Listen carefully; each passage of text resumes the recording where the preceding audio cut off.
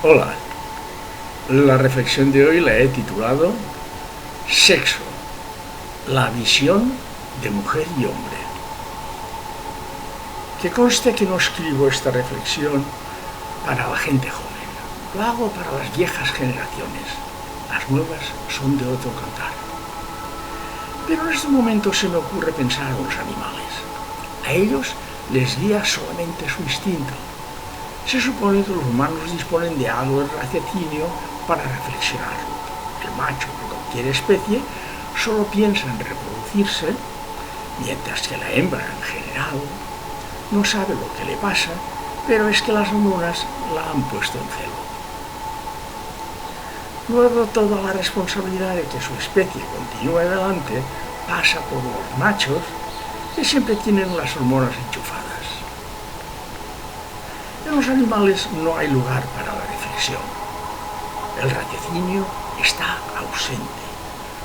La orden que reciben de la naturaleza es esa. Pasando a la especie humana, los motores del sexo en la mujer son los estrógenos y la progesterona, mientras que es la testosterona que mueve al hombre. Pero es desde hace muchísimo tiempo que ha habido un factor que se ha impuesto sobre cualquier otro, incluyendo las hormonas, y han sido las creencias religiosas, lo cual dice que la cosa nos viene de lejos. Todo lo es en razón del seguimiento de un orden dentro de la sociedad humana. La inmensa mayoría de las religiones hicieron del sexo una norma social. En otras palabras, influyeron de tal manera en la humanidad que acabaron reprimiéndola hasta extremos increíbles.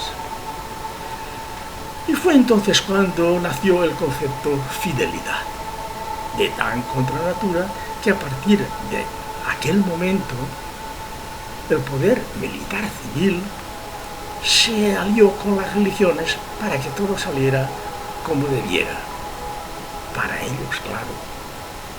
Y de ese modo los humanos fueran más fáciles de manejar. En una situación así de simple hay listos o listas que le acaban pillando el truco y se aprovechan de él.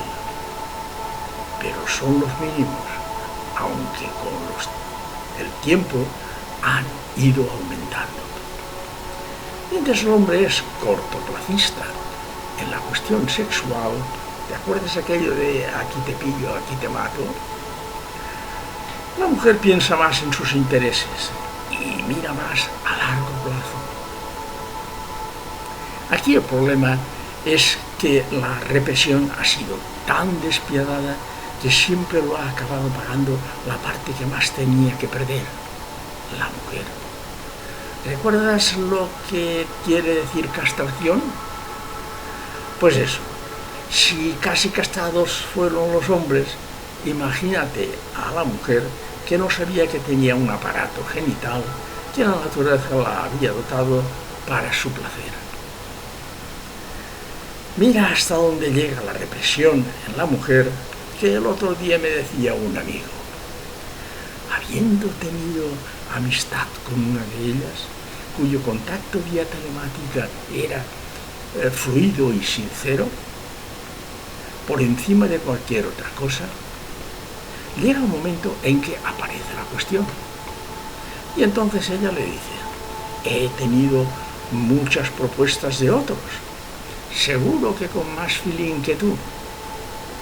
No lo dice, pero sabe que lo piensa. Y le sigue diciendo, incluso algunos me han pedido vivir juntos. Así, sin más. Pues ¿sabes a dónde ha llevado esto? Pues a que las conversaciones que se tenían antes se han convertido en escuetos saludos. Y se acabó. ¿Lo entiendes? Yo no.